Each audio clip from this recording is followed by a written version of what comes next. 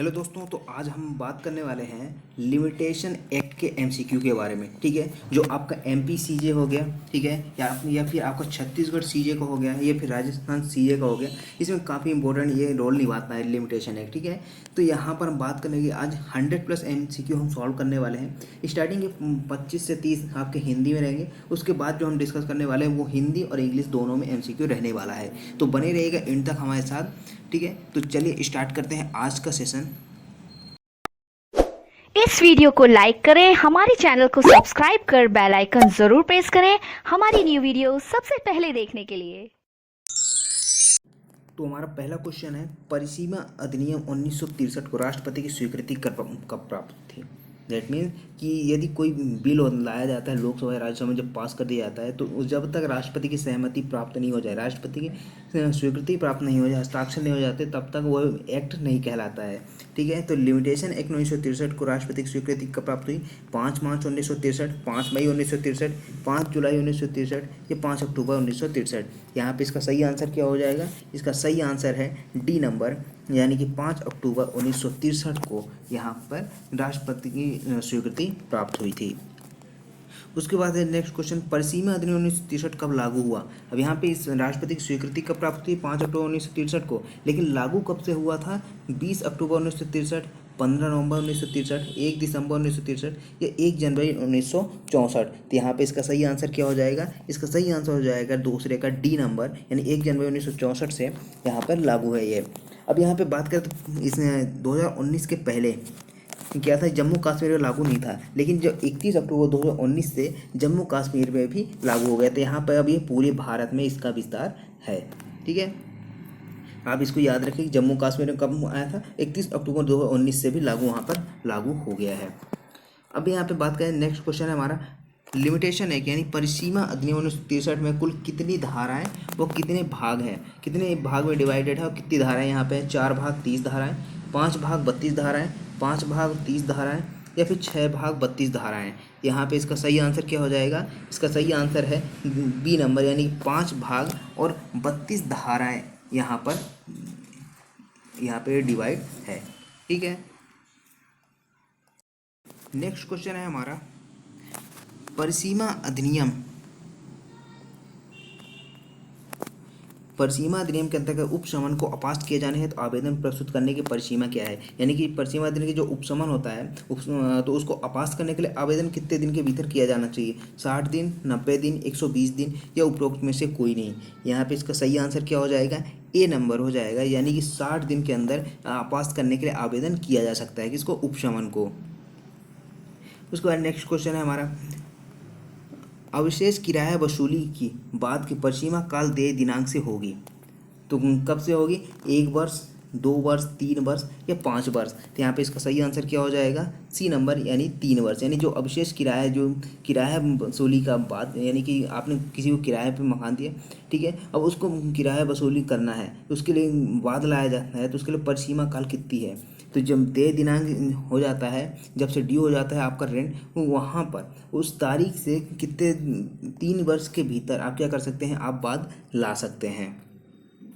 Next question है, अधिनियम की धारा 5 के उपबंध 20 समय अवधि में वृद्धि लागू नहीं होते हैं। ठीक है, तो अपीलों में, वादों में, पुनरीक्षण में या आवेदन पत्रों में। यहाँ पे इसका सही आंसर क्या हो जाएगा? बी नंबर, यानी वादों में। उसके बाद है नेक्स्ट क्वेश्चन हमारा, अधिनियम के धारा 3 के अंतर्गत प्रतिदावा प्रस्तुत या संस्थित हुआ कब से माना जाता है? वाद प्रस्तुति की दिनांक को, प्रतिदावा प्रस्तुति की दिनांक को, ए और बी जो प्रतिवादी को लाभकारी हो, या फिर ए और बी जो वादी को लाभकारी हो। यहाँ पे इसका सही आंसर क्या हो जाएगा? बी नंबर, यानी प्रतिदावा प्रस्तुत करने की दिनांक को यहाँ पे प्रतिदावा प्रस्तुत या संस्थित हुआ माना जाएगा। ये किसके अकॉर्डिंग है? यहाँ पे सेक्शन 3 के अकॉर्डिंग, लिमिटेशन एक्ट के। नेक्स्ट क्वेश्चन है हमारा, मानहानि का दावा दायर करने की परिसीमा कितनी है? 1 वर्ष, 3 वर्ष, 12 वर्ष या कभी भी नहीं, कभी भी कर सकते हैं आप। तो यहाँ पे इसका सही आंसर क्या हो जाएगा? इसका सही आंसर है ए नंबर, यानी 1 वर्ष के भीतर यदि कोई मानहानि का दावा करना है, तो जब मानहानि किया जा रहा है तो उसके 1 वर्ष के भीतर आपको बात दायर करना पड़ेगा, उसके बाद आप नहीं कर सकते।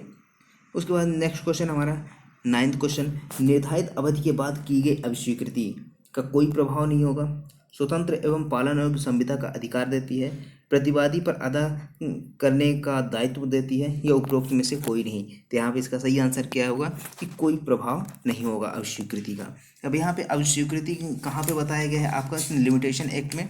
लिमिटेशन एक्ट में आपका जो अभिस्वीकृति है वो बताया गया है आपका सेक्शन नंबर 20 के अंतर्गत, यानी सेक्शन 20 के अंदर आपका अभिस्वीकृति के बारे में बताया गया है। नेक्स्ट क्वेश्चन पे प्रोसीड करते हैं। तो हमारा 10th क्वेश्चन है, अपील या आवेदन के लिए विहित अवधि उस दिन समाप्त होती है जबकि न्यायालय बंद हो, वहाँ बाद अपील या आवेदन उस दिन किया जा सकेगा।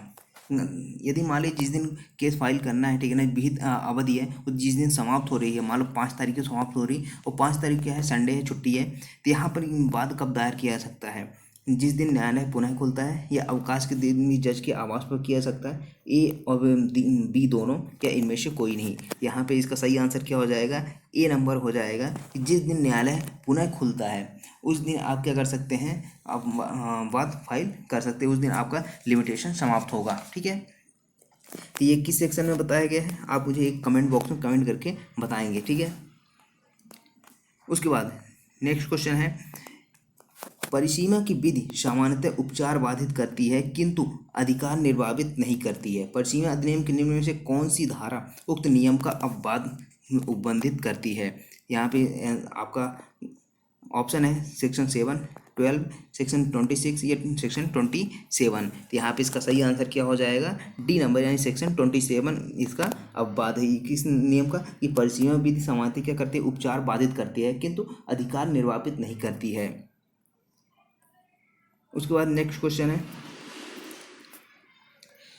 परिसीमा विधि के अंतर्गत विद्वेषपूर्ण अभियोजन के निमित्त प्रतिकर हेतु बाद की परिसीमा कितनी है, 1 वर्ष, 2 वर्ष, 3 वर्ष या 5 वर्ष। तो यहाँ पे इसका सही आंसर क्या हो जाएगा, 1 वर्ष। यहाँ पे विद्वेषपूर्ण अभियोजन के, यानी ये मानहानि होता है, उसी प्रकार से विद्वेषपूर्ण अभियोजन के लिए भी आप क्या कर सकते हैं, 1 वर्ष का यहाँ पे लिमिटेशन आपके पास रहेगा, आप वाद दायर कर सकते हैं। नेक्स्ट क्वेश्चन है हमारा, अधिनियम की धारा 5 के अनुसार विहित अवधि को नहीं बढ़ाया जा सकता।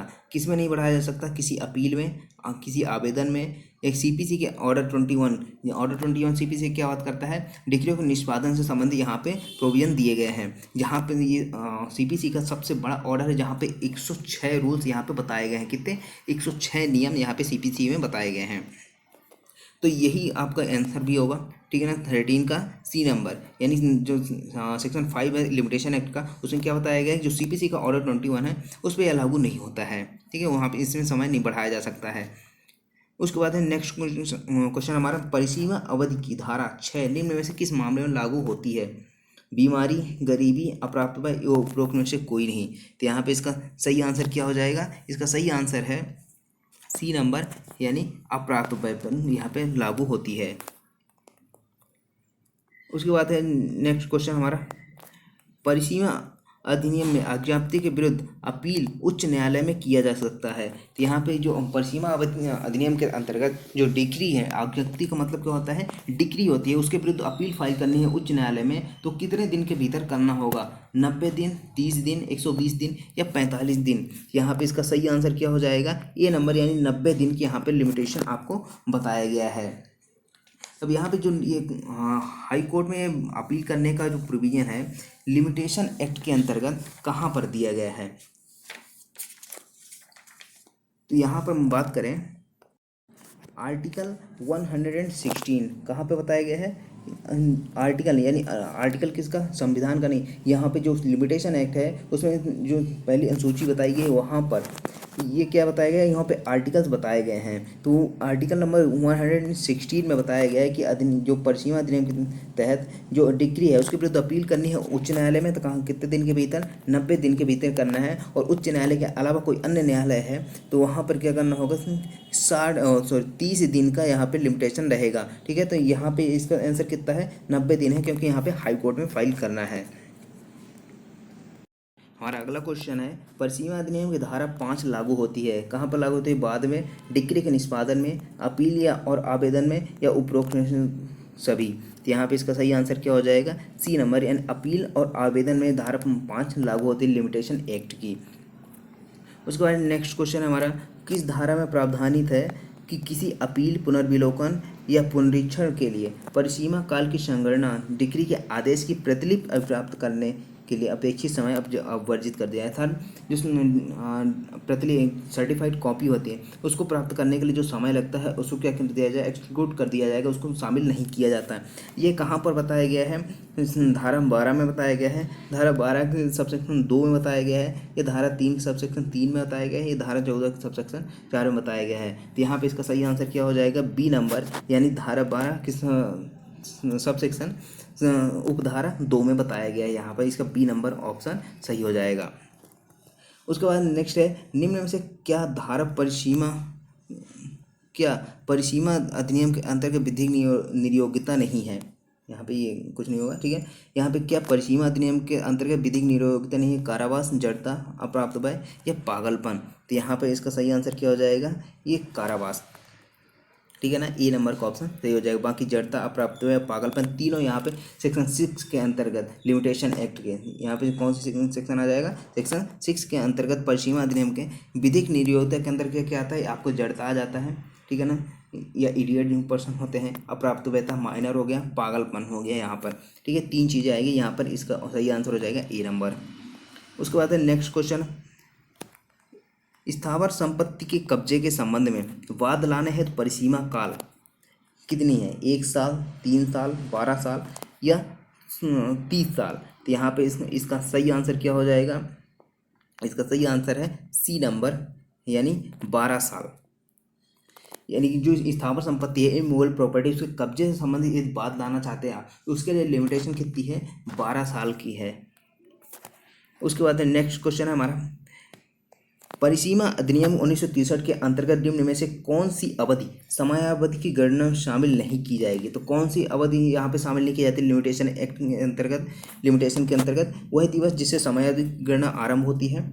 बी नंबर है कि अधिवक्ता द्वारा अपील और का मेमोरेंडम तैयार करने में लगा समय, या सी नंबर है कि निर्णय आदेश की प्रमाणित प्रतिलिपि प्राप्त करने में लगा समय, या अकिंचन वाद के रूप में वाद प्रस्तुत करने हेतु अनुमानित प्राप्त करने में लगा समय। अकिंचन मतलब प्रॉपर अर्थात जो निर्धन व्यक्ति के द्वारा वाद लाए जाते हैं उसको बोला जाता है अकिंचन, ठीक है। तो यहाँ पे इसका सही आंसर क्या हो जाएगा, बी नंबर, यानी कि अधिवक्ता द्वारा अपील का मेमोरेंडम तैयार करने में लगा समय एक्सक्लूड कर दी, सम्मिलित नहीं किया जाएगा।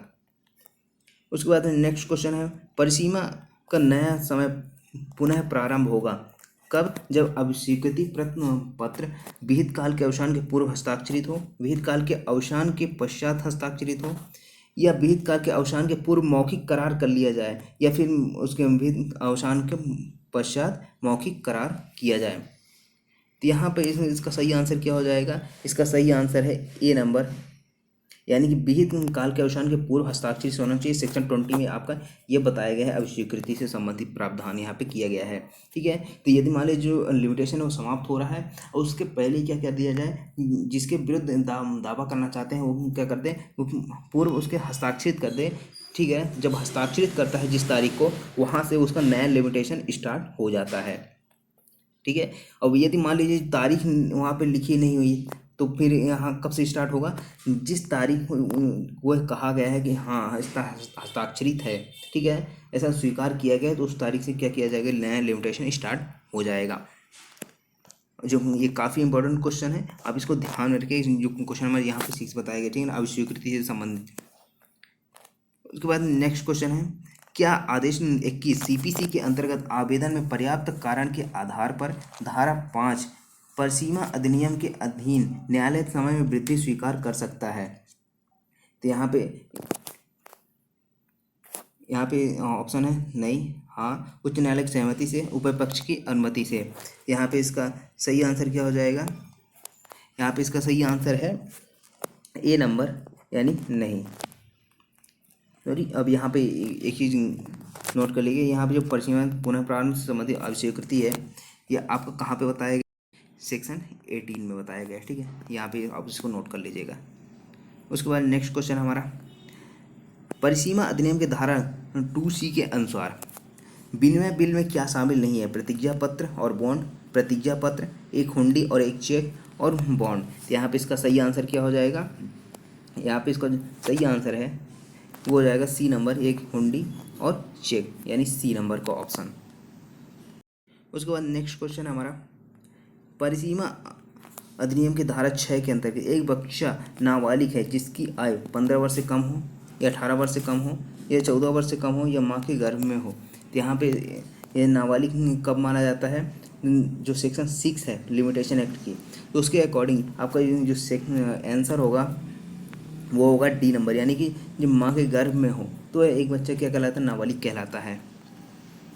उसके बाद नेक्स्ट क्वेश्चन है, किसी बात के लिए सीमा अवधि की गणना करते समय वह दिन जब ऐसी अवधि की गणना की जानी है उसे शामिल किया जाएगा या अदालत के विवेकानुसार या तो शामिल किया जाएगा या नहीं, लेकिन पक्षकारों के विकल्प के अनुसार या तो शामिल किया जाएगा या तो नहीं किया जाएगा। तो यहाँ पे इसका सही आंसर क्या हो जाएगा, इसका सही आंसर है ए नंबर, यानी कि शामिल नहीं किया जाता। जिस तारीख से लिमिटेशन स्टार्ट हो रहा है उस दिन को शामिल नहीं किया जाता है।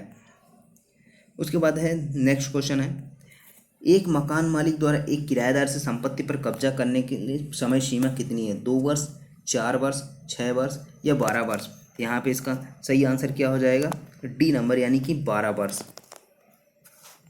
उसके बाद नेक्स्ट क्वेश्चन है हमारा, हानि को नियंत्रित करने की समय सीमा कब शुरू होती है, जब हानि शुरू होती है या फिर जब हानि पहुंचाने का ज्ञान याचिकाकर्ता के संज्ञान में आता है या फिर अधिनियम में किसी परिसीमा के उल्लेख नहीं हो या फिर कैलेंडर वर्ष की शुरुआत से। तो यहाँ पे इसका सही आंसर क्या हो जाएगा, इसका सही आंसर है ए नंबर, यानी कि जब हानि शुरू होती है तब से यहाँ पे लिमिटेशन स्टार्ट हो जाता है।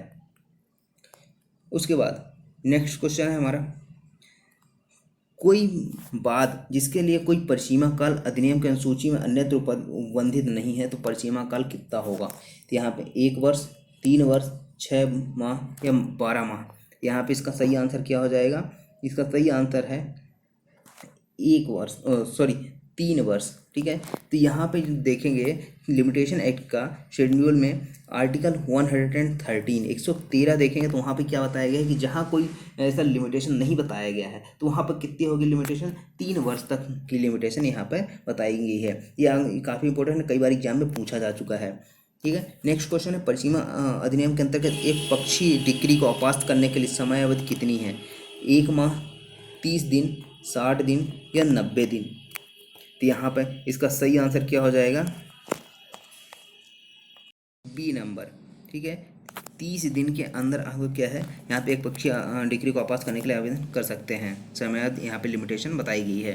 ठीक है, उसके बाद नेक्स्ट क्वेश्चन है, धारा 14 परिसीमा अधिनियम आकर्षित होने के लिए कौन सी शर्त आवश्यक है, पूर्व एवं पश्चातवर्ती दोनों कार्रवाइयों, समान पक्षकार द्वारा न्यायालय में कोई सिविल कार्रवाई है, पूर्व की कार्रवाई में पूर्ण सतर्कता और सद्भावना पूर्वक की गई हो, या पूर्व एवं पश्चात की कार्रवाई भिन्न विवाद विषय पर आधारित हो सकती है या उपरोक्त में से कोई नहीं। तो यहाँ पे इसका सही आंसर क्या हो जाएगा, सी नंबर, यानी कि पूर्व एवं पश्चात की कार्रवाइयाँ भिन्न विवाद विषय पर आधारित हो सकती हैं। ठीक है, तो यहाँ पे सेक्शन 14 यहाँ पे अप्लाई हो जाएगा।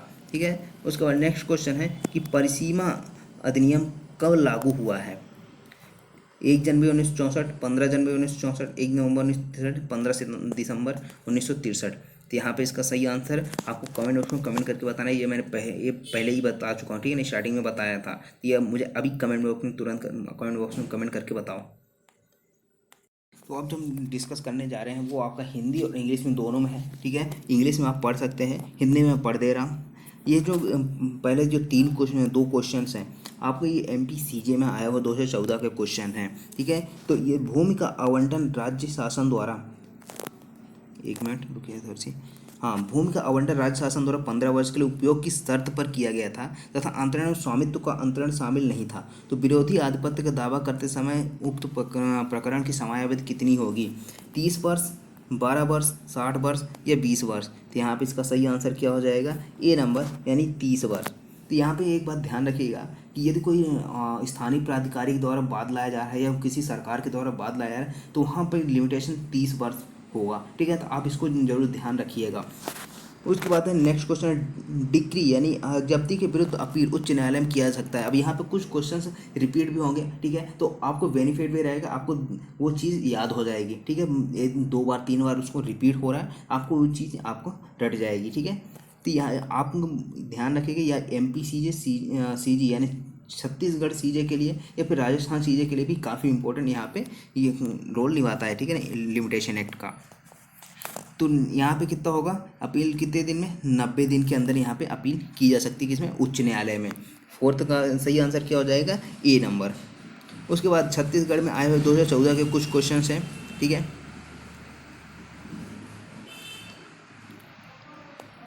तो पहला क्वेश्चन है कि किसी लिखत में इस्तेमाल की गई तिथि को, यानी जो तारीख डाली जाती है, डेट लिखी जाती है, पश्चिमी काल की गणना है, वह किस कैलेंडर के मुताबिक माना जाता है, हिंदू कैलेंडर, इस्लामिक कैलेंडर, अंग्रेजी कैलेंडर या ग्रेगोरियन कैलेंडर। यहाँ पे इसका सही आंसर क्या हो जाएगा, इसका सही आंसर है आपका ग्रिगोरियन कैलेंडर, यानी डी नंबर का ऑप्शन बिल्कुल करेक्ट है। अब ये चीज़ कहाँ पे बताया गया है, आप लिमिटेशन एक्ट का सेक्शन 24 देखेंगे तो वहाँ पर ये चीज़ बताया गया है, ग्रिगोरियन कैलेंडर का यहाँ पे मुताबिक इसके माना जाएगा, जो तिथि लिखी हुई है लिमिटेशन एक्ट की, जिस तारीख को गणना करनी है, ठीक है। तो यहाँ पे ग्रिगोरियन कैलेंडर हो जाएगा, यहाँ पे 4 डी नंबर का ऑप्शन बिल्कुल करेक्ट है। उसके बाद नेक्स्ट क्वेश्चन है कि जहाँ किसी वाद दायर करने के लिए कहीं कोई परिसीमा काल नहीं दिया गया तो वहाँ परिसीमा काल कितनी होगी, तो यहाँ पे इसका सही आंसर क्या हो जाएगा, 3 वर्ष। ये पहले ही मैं बता चुका हूँ, ठीक है ना। उसके बाद में नेक्स्ट क्वेश्चन है, ये जो रिपीट हो रहे हैं बार बार, ये काफ़ी इंपॉर्टेंट है और काफ़ी बार एग्जाम में पूछे जाते हैं, ठीक है। चिर भोगाधिकार या सुखाधिकार प्राप्त करने के लिए समय सीमा भारतीय परिसीमा अधिनियम की किस धारा से संबंधित है, धारा 24, धारा 25, धारा 26 या धारा 27। यहाँ पे इसका सही आंसर क्या हो जाएगा, इसका सही आंसर है बी नंबर, यानी चिर भोगाधिकार या सुखाधिकार, यानी कि acquiring easement by way of prescription. यहाँ पे कहाँ पे बताया गया है, सेक्शन 25 में बताया गया है, ए time limit provided in acquiring वाले में, ठीक है ना। ईजमेंट से संबंधित यहाँ पे प्रावधान सेक्शन 25 लिमिटेशन एक्ट में बताया गया है। उसके बाद नेक्स्ट क्वेश्चन है कि वाद दायर करने के अधिकार के प्रारंभ होने से पूर्व मृत्यु होने के प्रभाव को भारतीय परिसीमा अधिनियम की किस धारा में वर्णित किया गया है, तो यहाँ पे डेथ से संबंधित प्रावधान किस सेक्शन में बताया गया है, सेक्शन 16 में, 18, 19 या सेक्शन 20 में। यहाँ पे इसका सही आंसर क्या हो जाएगा, ए नंबर, यानी सेक्शन 16 में बताया गया है। नेक्स्ट क्वेश्चन प्रोसीड करते हैं। भारतीय परिसीमा अधिनियम की धारा 6 विधिक निर्योग्यता का आधार क्या है, अल्पवयस्कता, विक्षिप्तता, मंदबुद्धिता, इनमें से सभी। यहाँ पे इसका सही आंसर क्या हो जाएगा, डी नंबर हो जाएगा, इनमें से सभी। अब कुछ राजस्थान सीजे में पूछे गए कुछ क्वेश्चंस हैं, उसको डिस्कस करते हैं, ठीक है। जहाँ किसी आवेदन के लिए विहित काल के अवसान किसी अवकाश के दिन हो रहा है, वहाँ पे आवेदन कब किया जाएगा, अवकाश के दिन से एक दिन पूर्व या उस दिन किया जा सकता है जिस दिन न्यायालय पुनः खुले, न्यायालय खुलने के 30 दिन के भीतर किया जा सकता है, या न्यायालय खुलने के पश्चात किसी भी दिन किया जा सकता है। तो यहाँ पे क्या है ऑप्शन, इसका सही आंसर है आपका ए नंबर, यानी कि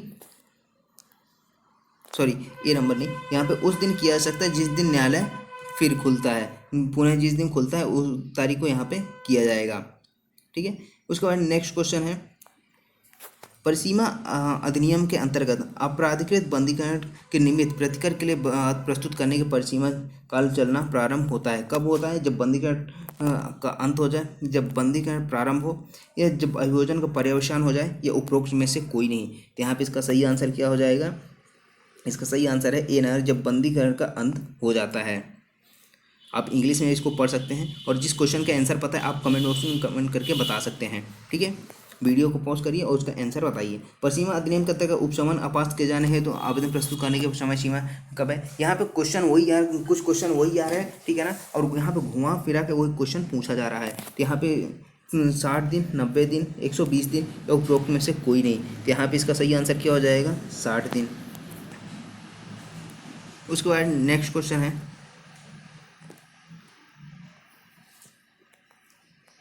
the defendant may be allowed to raise the point of limitation at any stage of suit proceeding for the first time in appeal, at any stage of suit proceeding on or first time in appeal, none of the above। यहाँ पे इसका सही answer क्या हो जाएगा, सी number, यानी कि at the any stage of suit proceeding for the first time appeal, यानी वाद या प्रक्रिया की किसी भी अवस्था पर या अपील की में पहली बार, ठीक है। तो यहाँ पे इसका सही आंसर क्या हो जाएगा, सी नंबर का ऑप्शन सही है। उसके बाद नेक्स्ट क्वेश्चन है हमारा, निम्न में से कौन सा कथन सही है? धारा 6 की पूरक है, ठीक है। धारा 8 धारा 6 एवं 7 के परंतु की प्रकृति है, या धारा 6 सामर्थ्यकारी उपबंध है और इसका उदार रूप में आकार अर्थान्वयन करना चाहिए, ये उपरोक्त सभी। तो यहाँ पे इसका सही आंसर क्या हो जाएगा? डी नंबर, यानी उपरोक्त सभी। उसके बाद नेक्स्ट क्वेश्चन हमारा,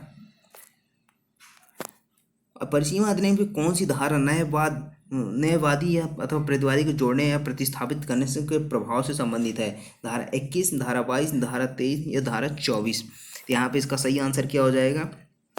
इसका जो सही आंसर है वो हो जाएगा ए नंबर, यानी धारा 21, यानी सेक्शन 21 यहाँ पे बताया गया है। उसके बाद है MPADJ। अब MPADJ में लिमिटेशन एक्ट पूछा जा रहा है। यहाँ पे पहला क्वेश्चन है हमारा, परिसीमा अधिनियम की धारा 5 लागू होती है कहाँ पर? वाद, अपील या आवेदन, निष्पादन या इनमें सभी पर? तो यहाँ पे इसका सही आंसर क्या हो जाएगा? बी नंबर, यानी अपील और आवेदन पर लिमिटेशन एक्ट सेक्शन 5 यहाँ पे अप्लाई होती है। उसके बाद नेक्स्ट क्वेश्चन है हमारा, गलत रूप से प्राप्त किए गए अध्यादेश के कारण हुए क्षति के प्रतिकर के बाद को प्रस्तुत करने के लिए परिसीमा की अवधि प्रारंभ कब से होती है? जब व्यादेश प्राप्त किया गया हो, ये जब व्यादेश समाप्त हो जाता है, ये व्यादेश का आवेदन प्रस्तुत किया जाता है, या व्यादेश हेतु वाद प्रस्तुत किया जाता है? यहाँ पे इसका सही आंसर क्या हो जाएगा? बी नंबर यहाँ पे सही हो जाएगा, यानी जब व्यादेश समाप्त हो जाता है। उसके बाद नेक्स्ट क्वेश्चन है, विद्वेषपूर्ण अभियोजन के लिए क्षतिपूर्ति का बाद की परिसीमा कितनी है? 1 वर्ष, 2 वर्ष, 3 वर्ष या 12 वर्ष? तो यहाँ पे इसका सही आंसर क्या हो जाएगा? ए नंबर, यानी 1 वर्ष। ये क्वेश्चन पहले भी हुआ है, लेकिन यहाँ पे कुछ घुमा के बता दिया कि क्षतिपूर्ति के बाद की परिसीमा, ठीक है। उसके बाद में नेक्स्ट क्वेश्चन 2015 राष्ट्रीय सीजे का यहाँ पे पूछा गया है कि जब किसी अन्य समय सीमा का प्रावधान नहीं हो तो उस स्थिति में परिसीमा अधिनियम 1963 के अनुच्छेद 137 में निम्न से प्रस्तुत करने हेतु 3 साल की अवधि निर्धारित है। इसमें दावा, अपील, प्रार्थना पत्र या कार्यवाही में? तो यहाँ पे इसका सही आंसर क्या हो जाएगा? सी नंबर के यहाँ पे ऑप्शन सही हो जाएगा, यानी कि प्रार्थना पत्र। उसके बाद है नेक्स्ट क्वेश्चन है हमारा, कथन का कि किसी अपील की परिसीमा की संगणना करने में वह दिन अंतर्विष्ट किया जाएगा जिससे ऐसी परिसीमा काल की गणना की जाती है, ठीक है। यह कथन बी है, यानी स्टेटमेंट दिए गए, इसको आपको करेक्ट है, कौन सा करेक्ट है कौन सा नहीं, ये बताना है, ठीक है। तो किसी अपील की परिसीमा की संगणना करने जिस दिन परिवादित निर्णय सुनाया गया था और प्रतिलिपि प्राप्त करने के लिए अपेक्षित समय अवर्जित कर दिया जाएगा। यहाँ पे कथन का सही है या फिर कथन खा सही है? दोनों कथन सही है या तो दोनों गलत हैं? तो यहाँ पे इसका सही आंसर क्या हो जाएगा? बी नंबर का ऑप्शन सही हो जाएगा, यानी कि कथन खा सही है। उसके बाद है नेक्स्ट क्वेश्चन, भारतीय परिसीमा अधिनियम 1963 वाद या प्रार्थना पत्र अभिनिर्धारित परिसीमा के गुजरने के बाद की गई अभिस्वीकृति का कोई प्रभाव नहीं होता, ठीक है। स्वतंत्र एवं प्रवर्तनीय संविधा को उत्पन्न करती है, या बहुत मूल्यवान है, या उपरोक्त में से कोई सी भी नहीं? तो यहाँ पे इसका सही आंसर क्या हो जाएगा? ए नंबर, यानी कि इसका कोई प्रभाव नहीं रहेगा। उसके बाद MPCJ 2015 का क्वेश्चन, परिसीमा अधिनियम के अंतर्गत मकान मालिक द्वारा किराएदार के विरुद्ध आधिपत्य प्राप्ति का वाद किराएदारी का अवसान हो जाने के पश्चात प्रस्तुत करने की समयावधि लिमिटेशन कितनी है? 30 वर्ष, 2 वर्ष, 3 वर्ष या 12 वर्ष? यहाँ पे आपका जो सही आंसर है वो होगा डी नंबर, यानी 12 वर्ष। कोई वाद जिसके लिए कोई परिसीमा काल अधिनियम की सूची में अन्यत्र उपबंधित नहीं है, तो यहाँ पे कितना हो जाएगा? यहाँ पे आपका जो सही आंसर है वो हो जाएगा बी नंबर, यानी 3 वर्ष। उसके बाद नेक्स्ट क्वेश्चन, परिसीमा अधिनियम के अंतर्गत एक पक्षीय डिक्री को पास करने की समय सीमा कितनी है? यानी कि एक्सपार्टी ऑर्डर किया गया है, एक्सपार्टी डिक्री की गई है, तो उसके लिए लिमिटेशन कितना है उसको अपास करने के लिए, इस सेटिंग असाइड करने के लिए कितना समय होना चाहिए? तो 1 माह, 30 दिवस या 60 दिवस या 90 दिवस? तो यहाँ पे इसका सही आंसर क्या हो जाएगा? बी नंबर, यानी 30 दिन के अंदर उसको आवेदन करना होगा एक पक्षीय डिक्री को पास करने के लिए, ठीक है ना। सेम यहाँ पे CPC में भी बताया गया है, सीपीसी में एक्स पार्टी डिग्री को पास करने का आवेदन कहाँ पे किया जाए, कौन से ऑर्डर और कौन से रूल में बताए गए हैं, आप मुझे कमेंट ऑप्शन कमेंट करके बताइएगा, ठीक है। उसके बाद है नेक्स्ट क्वेश्चन, परिसीमा अधिनियम की धारा 2C के अनुसार विनिमय बिल में क्या शामिल है? प्रतिज्ञा पत्र बॉन्ड, प्रतिज्ञा पत्र, एक हुंडी और एक चेक बॉन्ड। यहाँ पे इसका सही आंसर क्या हो जाएगा? इसका सही आंसर है सी नंबर, यानी कि एक हुंडी और एक चेक, दोनों यहाँ पे शामिल है। उसके बाद है नेक्स्ट क्वेश्चन है, परिसीमा अधिनियम की धारा 6 के अंतर्गत एक बच्चा नाबालिग है, कब माना जाएगा? 15 वर्ष से कम का हो, 18 वर्ष से कम का हो, 14 वर्ष से कम का हो या माँ के गर्भ में हो। तो यहाँ पे इसका सही आंसर है डी नंबर, ठीक है। उसके बाद यहाँ पे क्वेश्चन कुछ रिपीट हो रहे हैं, आपको याद भी हो जाएंगे, ठीक है। तो बने रहिए यहाँ पे एंड तक, और यदि आपको पसंद आया तो लाइक जरूर करिएगा, ठीक है, और दोस्तों को शेयर जरूर करें। किसी बात के लिए सीमा अवधि की गणना करते समय वह दिन जब से ऐसी अवधि की गणना की जानी है वह शामिल की जाएगा, शामिल नहीं किया जाएगा, शामिल किया जाएगा, या अदालत के विवेक के अनुसार या तो शामिल किया जाएगा या तो नहीं, पक्षों के विकल्प के अनुसार या तो शामिल किया जाएगा या तो नहीं। तो यहाँ पे इसका सही आंसर क्या हो जाएगा? ए नंबर, यानी शामिल नहीं किया जाएगा। उसके बाद है नेक्स्ट क्वेश्चन है हमारा, प्रतिवादी के अनुरोध पर, यानी कि कौन, डिफेंडेंट के अनुरोध पर उसके लिए अभियोक्ता द्वारा किए गए कार्य की कीमत के लिए जहां भुगतान के लिए कोई समय सीमा निश्चित नहीं किया गया तो वहां पे परिसीमा कितनी होगी? यहाँ पे इसका सही आंसर क्या हो जाएगा? सी नंबर, यानी 3 वर्ष। जो ज़्यादा रिपोर्ट हो रहे हैं उसको ज़्यादा ध्यान नहीं देंगे, ठीक है, मतलब ज़्यादा टाइम नहीं देंगे। आपको याद रखना है कौन से क्वेश्चन रिपीट हो रहे हैं, ठीक है, और उसको आपको क्या करना है, एक कॉपी में लिखना है, और आपको इसको जब तक एग्जाम नहीं हो रहा है तब तक आपको डेली रिवाइज करना है, ठीक है। उसके बाद नेक्स्ट क्वेश्चन हमारे, एक मकान मालिक द्वारा एक किराएदार से संपत्ति पर कब्जा करने के लिए समय सीमा कितनी है? 1 वर्ष, 2 वर्ष, 3 वर्ष या 12 वर्ष? यहाँ पे इसका सही आंसर क्या हो जाएगा? डी नंबर, यानी 12 वर्ष। उसके बाद है नेक्स्ट क्वेश्चन है हमारा, हानि को नियंत्रित करने की समय सीमा कब शुरू होती है? जब हानि शुरू होती है, जब हानि पहुंचाने का ज्ञान आज क्या करते हैं संज्ञान में आता है, अधिनियम से किसी परिसीमा का उल्लेख नहीं किया गया एक कैलेंडर वर्ष की शुरुआत से। तो यहाँ पे इसका सही आंसर क्या हो जाएगा? जब हानि शुरू होती है, यानी ए नंबर का ऑप्शन सही है। अब राजस्थान 2016 का क्वेश्चन यहाँ पे, विहित काल के विस्तारण हेतु परिसीमा अधिनियम 1963 की धारा 5 लागू होती है, कहाँ पर? वाद पर, डिक्री की निष्पादन योग्य निष्पादन के आवेदन पर, उपरोक्त दोनों पर, या उपरोक्त में से किसी पर नहीं। यहाँ पे इसका सही आंसर क्या हो जाएगा? डी नंबर, यानी उपरोक्त में से कोई नहीं।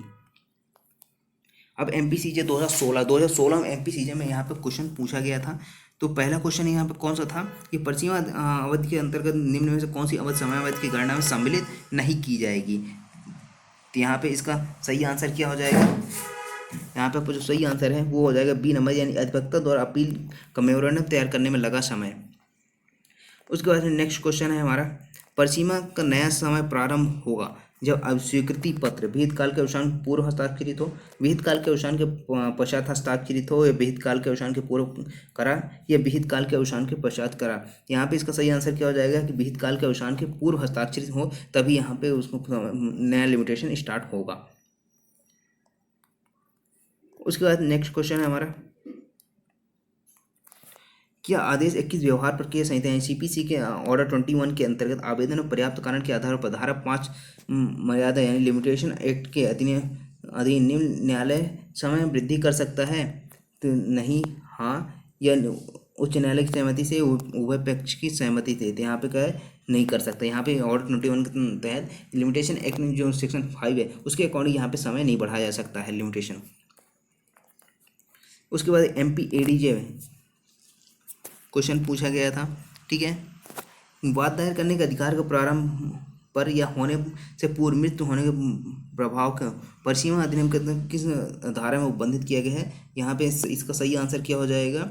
ए नंबर, यानी धारा 16। उसके बाद नेक्स्ट क्वेश्चन है यहाँ पे, परिसीमा अधिनियम की धारा 8 के अंतर्गत प्रदत्त विशेष अपवाद से संबंधित निहित प्रावधान कौन सा है? परिसीमा अधिनियम की धारा 4 एवं 5, परिसीमा अधिनियम की धारा 5, 6 या धारा 6, 7 या परिसीमा अधिनियम की धारा 7 और 9। तो यहाँ पे इसका सही आंसर क्या हो जाएगा? इसका सही आंसर है सी नंबर, यानी कि जो परिसीमा अधिनियम की धारा 6 है, लिमिटेशन एक्ट के सेक्शन 6 और 7 किसका अपवाद है? सेक्शन 8 के अंतर्गत प्रदत्त विशेष अपवाद से संबंधित है, ठीक है ना, एक्सेप्शन से। उसके बाद नेक्स्ट क्वेश्चन है हमारा, परिसीमा अधिनियम की धारा 2 ठा यानी 2L में यहाँ पे बाद में अपील सम्मिलित है, आवेदन सम्मिलित है, अपील आवेदन दोनों सम्मिलित नहीं है, या अपील सम्मिलित है किंतु आवेदन सम्मिलित नहीं है। तो यहाँ पे इसका सही आंसर क्या हो जाएगा?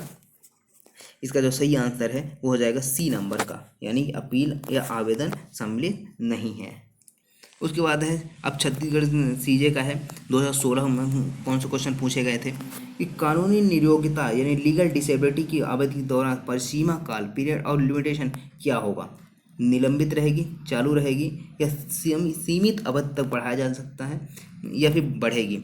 यहाँ पे इसका सही आंसर क्या हो जाएगा? ए नंबर, यानी कि निलंबित रहेगी, यानी रिमेंड सस्पेंडेड रहेगा। उसके बाद है नेक्स्ट क्वेश्चन, किसके विरुद्ध मुकदमे के मामले में परिसीमा काल संबंधित नहीं होता है? ऋणी, बंधकग्राही, किराएदार, न्यासी, ठीक है, डेटर, मॉर्गेजी, टेनेंट या ट्रस्टी? यहाँ पे इसका सही आंसर क्या हो जाएगा? डी नंबर, यानी ट्रस्टी, न्यासी के ऊपर यहाँ पे संबंधित नहीं है परिसीमा काल, ठीक है। उसके बाद नेक्स्ट क्वेश्चन है हमारा,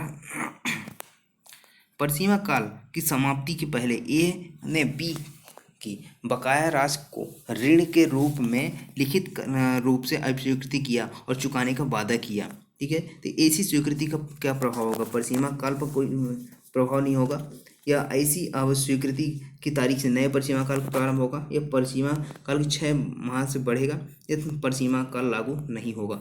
यहाँ पे इसका सही आंसर क्या हो जाएगा? बी नंबर का, ठीक है।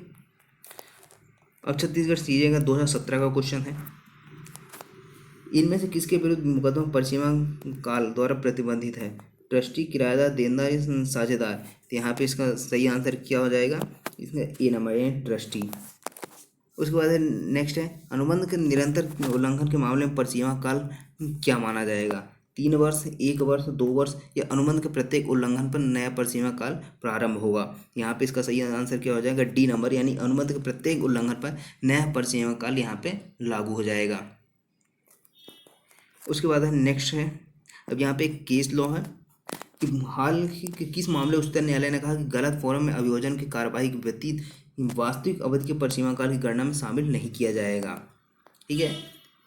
अब मान लीजिए क्या किया, 30 दिन की लिमिटेशन पीरियड था, अब सद्भावनापूर्वक क्या कर दिया गया कि गलत फॉर्म में गलत कोर्ट में चले गए और वहाँ पे 20 दिन का टाइम लग गया।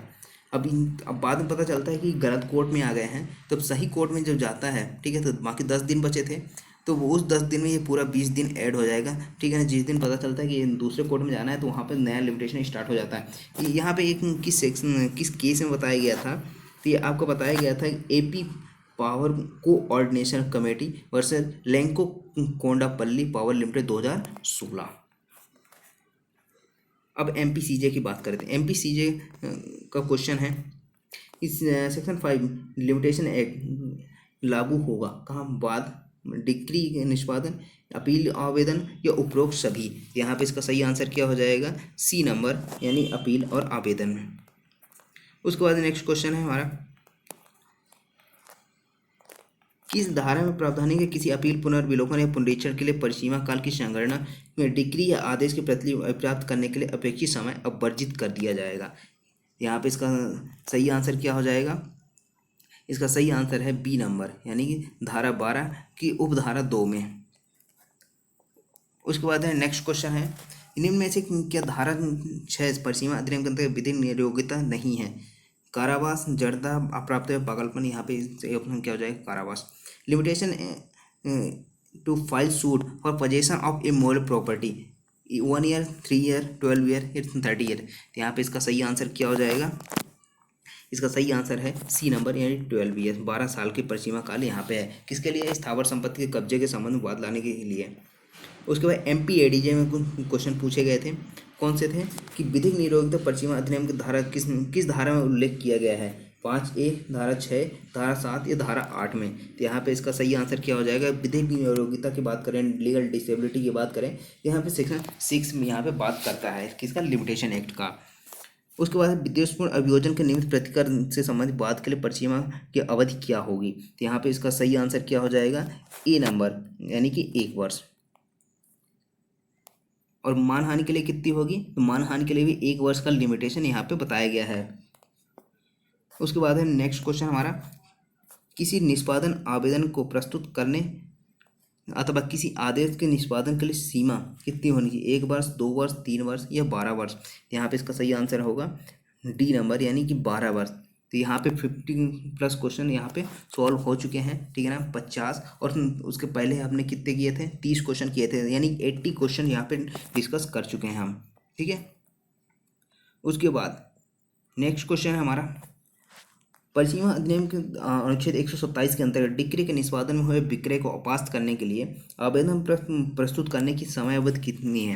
यानी कि डिक्री के निष्पादन में कोई विक्रय कर दिया गया है, उसको अपास्त करने के लिए आवेदन करने की जो तारीख है, वो लिमिटेशन है, वो कितनी है? 120 दिन विक्रय की तारीख से, 90 दिन या 60 दिन या 30 दिन विक्रय की तारीख से? तो यहाँ पे इसका सही आंसर क्या हो जाएगा? सी नंबर, यानी 60 दिन के अंदर विक्रय, जिस दिन विक्रय किया जाता है, सेल किया जाता है, उसके 60 दिन के अंदर क्या करना होगा? उसको पास करने के लिए आवेदन किया जा सकता है। नेक्स्ट क्वेश्चन है, परिसीमा अधिनियम के अंतर्गत विद्वेषपूर्ण अभियोजन के निमित्त प्रतिकर के लिए बाद यहाँ पे 1 वर्ष है, ठीक है। उसके बाद है, परिसीमा अधिनियम के अंतर्गत कोई दावा जो विहित अवधि के पश्चात पेश किया जाता है, इनमें से कौन सा एक सही है? निरस्त किया जा सकेगा यदि प्रतिवादी द्वारा वादोत्तर में आपत्ति ली जाती है। निरस्त किया जा सकेगा यदि प्रतिवादी द्वारा आवेदन अंतर्गत आदेश 7 नियम 11 CPC के तहत पेश आवेदन में आपत्ति ली जाती है। अब यहाँ पे CPC का ऑर्डर 7 जब देखेंगे, इसमें रूल 11, वहाँ पे क्या है? वाद पत्र का नामंजूर करने से संबंधित प्रावधान वहाँ पे बताया गया है। उसके बाद नेक्स्ट, न्यायालय स्वप्रेरणा से दावा निरस्त कर सकेगा इनमें से सभी? तो यहाँ पे इसका सही आंसर क्या हो जाएगा? इसका जो सही आंसर है वो हो जाएगा डी नंबर, यानी कि इसमें से सभी। अब MPCB सीजन 2018 का फर्स्ट शिफ्ट का यहाँ पे पेपर है, ठीक है। विद्वेषपूर्ण अभियोजन यहाँ पे 1 वर्ष, यहाँ 2 कई बार आ चुका है, आपको याद भी हो गया होगा, ठीक है। नेक्स्ट क्वेश्चन है, सेक्शन 5 और limitation act does not apply, कहाँ पर अप्लाई नहीं होता? सूट्स में, execution petition under order 21 CPC, ठीक है। Petition for divorce under the Hindu marriage act 1956, all of this. तो यहाँ पे इसका सही आंसर क्या हो जाएगा? इसका सही आंसर डी नंबर, की सभी जगह अप्लाई नहीं होता। कहाँ कहाँ अप्लाई नहीं होता? सेक्शन 5 और लिमिटेशन एक्ट, सूट्स में, execution of petition under order 21 CPC के अंतर्गत, ठीक है। और तीसरा क्या है? Petition for divorce under the Hindu marriage act, ये कहाँ पर बताया गया है हिंदू मैरिज वाला? आपको जो सेक्शन 29 है लिमिटेशन एक्ट का पार्ट 5 के अंतर्गत, ठीक है ना, मिसलेनियस में आपको जो सेक्शन 29 है वो सेविंग्स के बारे में बात करते हैं, व्यावृत्ति के बारे में। तो ये चीज़ें यहाँ पे बताया गया है, ठीक है। उसके बाद है हमारा नेक्स्ट क्वेश्चन, धारा 5 परिसीमा अधिनियम 1963 लागू नहीं होता है, ये तो हो चुका है, ठीक है ना, इंग्लिश में अभी हमने किया है। उसके बाद उच्च न्यायालय के अधीनस्थ न्यायालय द्वारा पाई डिक्री के विरुद्ध उच्च न्यायालय में अपील संसित करने की परिसीमा अवधि डिक्री की दिनांक कितना है? यहाँ पे इसका सही आंसर क्या हो जाएगा? 90 दिन हो जाएगा। यहाँ पे पहले बता चुके हैं कि उच्च न्यायालय में अगर अपील करनी है तो 90 दिन, और अन्य जो कोर्ट हैं वहाँ पे कितना होगा ये बता चुका है एक बार। आप मुझे कमेंट बॉक्स में कमेंट करके बताइए। चलो मैं ही बता देता हूँ, ठीक है। अन्य न्यायालय में करना हो तो कितना? 30 दिन के यहाँ पे टाइम रहता है। उसके बाद नेक्स्ट क्वेश्चन हमारा, धारा 5 परिसीमा अधिनियम की प्रयोज्यता कहाँ? वादों में, अपीलों में, निष्पादन कार्रवाई में, सभी। ये क्वेश्चन कई बार रिपीट हो चुका है, कई बार कई एग्जाम में पूछा जा चुका है, तो आप इसको जरूर ध्यान रखिएगा, ठीक है। तो यहाँ पे 57 का सही आंसर क्या हो जाएगा? बी नंबर, अपीलों में प्रयोज्य होती है, ठीक है, लागू होती है कहाँ पर और कहाँ लागू नहीं होती, आपको ये भी ध्यान रखना है। उसके बाद नेक्स्ट क्वेश्चन है 2018 का सेकंड शिफ्ट में पूछा गया, निम्नलिखित में किन प्रकरणों पर परिसीमा अधिनियम की धारा 10 लागू होती है? विधि द्वारा अर्जित न्यास पर, विवक्षित न्यास, विनिर्दिष्ट प्रयोजन के लिए न्यास पर, या इनमें से सभी? तो यहाँ पे इसका सही आंसर क्या हो जाएगा? बी नंबर, यानी विनिर्दिष्ट प्रयोजन के लिए न्यास पर, यानी ट्रस्ट पर, trust for a specific purpose. Next है स्थावर संपत्ति के स्वत्व की घोषणा प्राप्ति की परिसीमा अवधि कितनी है? 2 वर्ष जब बाद लाने का अधिकार प्रथम बार उद्भूत होता है, 3 वर्ष ये जब प्रथम बार उद्भूत होता है, 1 वर्ष जब प्रथम बार लाने का अधिकार प्रथम बार प्रदूत होता है, या 12 वर्ष। यहाँ पे इसका सही आंसर क्या हो जाएगा? बी नंबर, यानी कि 3 वर्ष यहाँ पे जब बाद लाने का अधिकार क्या होता है, पहली बार वहाँ पे उद्भूत होता है, राइट टू शो, ठीक है ना, स्टार्ट होता है।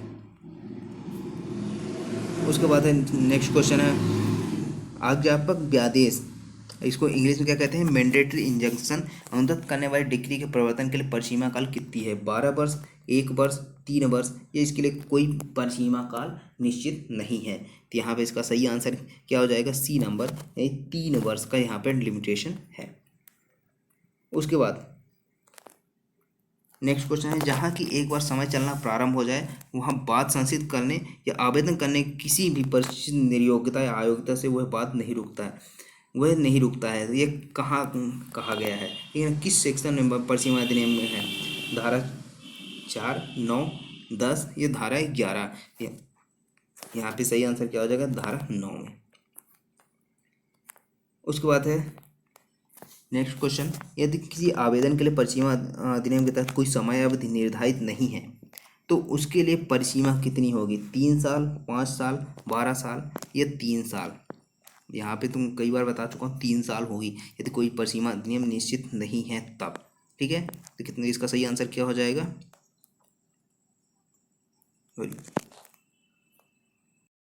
उसके बाद नेक्स्ट क्वेश्चन है परिसीमा अधिनियम कहाँ लागू नहीं होती है? वादों में, अपीलों, आवेदन, या इनमें से सभी? यहाँ पे इसका सही आंसर क्या हो जाएगा? ए नंबर, यानी वादों में। उसके बाद नेक्स्ट क्वेश्चन है हमारा किसी बाद अपील या आवेदन के परिसीमा काल की संगणना करने वह दिन अवर्जित होगा, ठीक है। तो कौन सा ऐसा दिन है जो जिसको एक्सक्लूड कर दिया जाएगा? परिसीमा काल की गणना जिस दिन की जाती है उसकी अपील में निर्णय सुनाया गया है, या निर्णय की प्रतिलिपि प्राप्त करने अपेक्षित समय, या इनमें से सभी? तो यहाँ पे इसका सही आंसर क्या हो जाएगा? इसका सही आंसर है वो हो जाएगा डी नंबर का। उसके बाद नेक्स्ट क्वेश्चन है इस अधिनियम के उद्देश्यों के लिए निर्धन बाद के दावे संसिद्ध होने का दिनांक उस तिथि से माना जाएगा कब से? जब निर्धन के रूप में बात प्रस्तुत करने के लिए अनुमति वाद पेश किया गया हो, या निर्धन के रूप में बात प्रस्तुत करने के लिए अनुमति वाद आवेदन स्वीकार किया गया हो, या जब दावा पंजीबद्ध हुआ हो, या फिर न्यायालय द्वारा दावा संसिद्ध होने के दिनांक से संबंध में निष्कर्ष में दिया जा सकेगा। यहाँ पे इसका सही आंसर क्या हो जाएगा? इसका जो सही आंसर है वो हो जाएगा ए नंबर का, यानी जब निर्धन के रूप में बात प्रस्तुत करने की अनुमति बाबत आवेदन पेश किया गया है तब से। उसके बाद 2019 का सेकंड शिफ्ट में पेपर था जो कि जहाँ किसी आवेदन के लिए विहित समयावधि उस दिनांक को समाप्त होते जिस दिन अवकाश हो, तो उस दिन क्या होगा? अवकाश के 6 पूर्ववर्ती दिन में देना होगा। जब कोर्ट खुलेगी उस दिन दिया जा सकता है, जब कोर्ट खुलेगी उस दिन से 30 दिन के भीतर, या कोर्ट खुलने के पश्चात किसी भी दिन। तो यहाँ पे सही आंसर क्या हो जाएगा? बी नंबर, यानी जब कोर्ट खुलेगी उस दिन दिया जा सकता है। तो 66 का सही आंसर क्या हो जाएगा? B number. उसके बाद नेक्स्ट क्वेश्चन है कोई बात जिसके लिए परिसीमा काल परिसीमा अधिनियम 1963 की अनुसूची में अन्यथा उपबंधित नहीं है तो बाद लाने की परिसीमा काल जब बाद लाने का 3 माह, 1 वर्ष, 3 वर्ष, 12 वर्ष। यहाँ पे इसका सही आंसर क्या हो जाएगा? सी नंबर, यानी कि 3 वर्ष। उसके बाद है लीगल डिसेबिलिटी। अब यहाँ पे सेक्शन 6 के से भी कई क्वेश्चन पूछे जा रहे हैं, ठीक है ना। लीगल डिसेबिलिटी विधिक निर्योग्यता से संबंधित, यहाँ पे अवयस्क, पागलपन, मूर्छा, या इनमें से सभी? तो यहाँ पे इसका सही आंसर क्या हो जाएगा? तो यहाँ पे इसका जो सही आंसर है 68 का वो क्या हो जाएगा? डी नंबर, ठीक है। उसके बाद 69 नेक्स्ट क्वेश्चन, पूर्वबंध की परिसीमा क्या होगी? 1 साल, 3 साल, 12 साल, या 30 साल? तो यहाँ पे इसका सही आंसर क्या हो जाएगा? इसका सही आंसर है डी नंबर, यानी 30 साल पूर्वबंध के लिए आप यहाँ पे लिमिटेशन बताया गया है। उसके बाद है नेक्स्ट क्वेश्चन हमारा लिमिटेशन एक, यानी शाश्वत व्यादेश अनुबद्ध करने वाली डिग्री के निष्पादन के लिए परिसीमा काल कितना होगा? कोई परिसीमा काल नहीं, 1 वर्ष, 3 वर्ष, या 12 वर्ष? तो यहाँ पे इसका सही आंसर क्या है? ए नंबर, यानी कि कोई परिसीमा काल इसके लिए निर्धारित नहीं है। उसके बाद है नेक्स्ट क्वेश्चन है 71 परिसीमा अधिनियम की धारा 5 लागू होती है केवल वाद अपील या अन्य आवेदन सिवाय ऑर्डर 21 के आवेदन पर, या फिर केवल अपील या आवेदन सिवाय सीपीसी के ऑर्डर 21 के अधीन आवेदन पर, या फिर केवल अपील या सिविल प्रक्रिया संहिता के आदेश 21 के अधीन आवेदन पर। तो यहाँ पे इसका सही आंसर क्या हो जाएगा? इसका सही आंसर है सी नंबर, यानी कि केवल अपील या आवेदन पर सिवाय सीपीसी के ऑर्डर 21 के अधीन आवेदन पर। ठीक है, उसके बाद नेक्स्ट क्वेश्चन है हमारा सूखाचार के अधिकार। अभी सूखाचार संबंधी कहाँ पे बताया गया है? सेक्शन 25 में। ठीक है, सूखाचार के अधिकार को परिपूर्ण करने के लिए उक्त अधिकार को उपभोग न्यूनतम अवधि प्रावधानित है। ऐसे अधिकार का दावा करने है तो बात प्रस्तुत करने के निम्नलिखित समय सीमा से उक्त अवधि समाप्त होना अनिवार्य है। यहाँ पे इसका सही आंसर क्या हो जाएगा? इसका सही आंसर है डी नंबर का, यानी कि बात प्रस्तुत किए जाने के 2 वर्ष के अंदर। उसके बाद है नेक्स्ट क्वेश्चन है परिसीमा अधिनियम के अंतर्गत अपेक्षित समय से अभिप्राय है न्यूनतम समय, अधिकतम समय, वास्तविक लिया गया समय, अत्यावश्यक समय। यहाँ पे इसका सही आंसर है सी नंबर। उसके बाद है नेक्स्ट क्वेश्चन परिसीमा अधिनियम के अंतर्गत कानूनी असमर्थता मामले में लागू होती है। Legal disability of limitation act apply in the case of किसमें? Illness, poverty, insolvency, none of above. यहाँ पे इसका सही आंसर क्या हो जाएगा? डी नंबर, यानी कि नन ऑफ द एबव। उसके बाद नेक्स्ट क्वेश्चन है परिसीमा अधिनियम के धारा 14 का कोई प्रभाव नहीं होगा। यहाँ पे इसका भी आंसर बता देता हूँ। ठीक है, तो यहाँ पे इसका सही आंसर क्या हो जाएगा? ए नंबर। उसके बाद है नेक्स्ट क्वेश्चन परिसीमा अधिनियम के अंतर्गत आवेदन में शामिल है क्या? अर्जीदार या वह व्यक्ति जिसके माध्यम से आवेदक या आवेदन करने अपना अधिकार व्युत्पन्न करता है, वह व्यक्ति जिसकी संपदा का प्रतिनिधित्व आवेदन द्वारा निष्पादक, प्रशासक, अन्य प्रतिनिधि तौर पर किया जाता है, ये उपरोक्त सभी। तो यहाँ पे इसका 76 का सही आंसर क्या हो जाएगा? डी नंबर, यानी उपरोक्त सभी। और आज का हमारा लास्ट क्वेश्चन है हमारा